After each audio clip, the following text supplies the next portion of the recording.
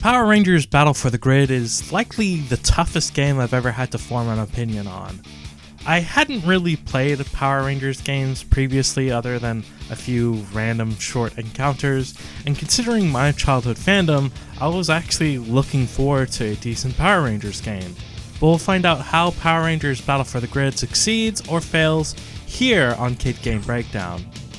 Well, if you were to compare the main menu to the original 2019 launch, then you'll see that this game has come a long way. There have been minor improvements to the UI, as well as music with a toned down Power Rangers theme, which will then eventually play some decently mixed voice tracks. And it's in this menu that we're also introduced to the other modes. Online mode is dead, though the servers are still active, so theoretically you could find a match.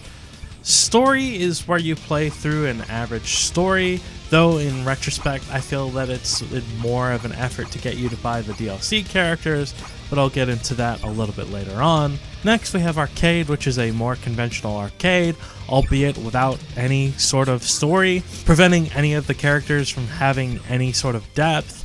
And of course we have Versus Mode, which is where you can play local multiplayer or play matches against the CPU. The next mode is Training, which is a fairly conventional training mode where you can adjust various settings and practice specific scenarios if you want.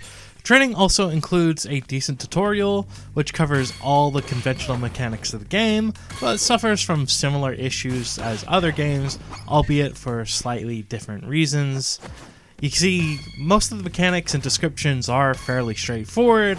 The issue here is the AI, an AI that the fairly lackluster settings options doesn't really fix.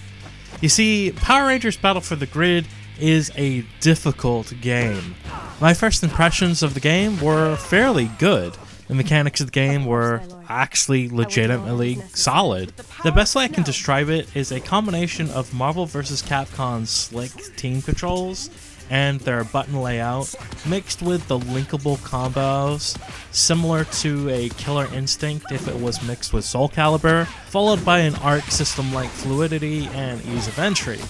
It's surprisingly good and perhaps the best mechanics I've seen, and deserves all the praise that it gets in this regard. However, because of this ease and the AI's drastic difficulty spikes, even on easy, the AI is capable of juggling you into a 30+ long combination that you're completely unable to escape from due to two mechanics that the tutorial doesn't cover. Unfortunately, the story is a bit hit and miss too. First, let me state that the voice work and art here are phenomenal. It hits hard for an unknown developer just to feel like a blatant cash grab in the very next scene. This is because 1 minute it looks like something straight out of a comic book with solid voice acting, and then the next it feels like a asset flip visual novel with repeating emotionless 3D character assets. Now, longtime watchers of me will know that I'm not the biggest fan of visual novels, but it is important to note that one of my favorite fighting games is BlazBlue Calamity Trigger, which also presents its story in a visual novel-esque, mixed with voice acting.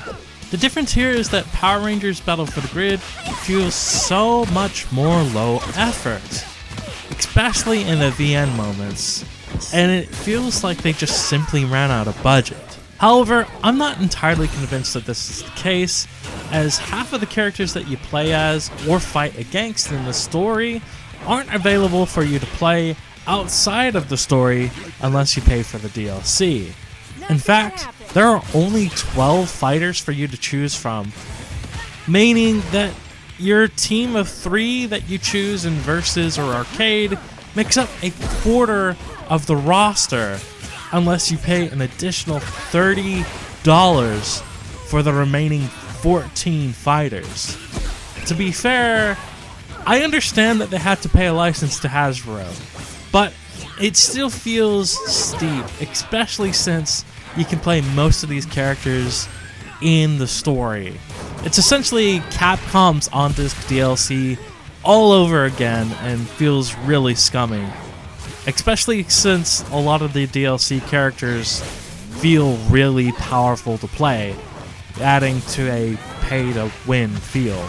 It's difficult to say, but I don't think that this game is worth getting as an adult, unless you can find it on a stellar sale. The high points are really high, easily up there with AAA developers, but the low points, they just feel like tappy, scummy, asset flip developers. It's just awful. And ultimately, I don't think that this is a good pickup for kids either. While the tutorial is actually fairly decent, the difficulty is typically manageable.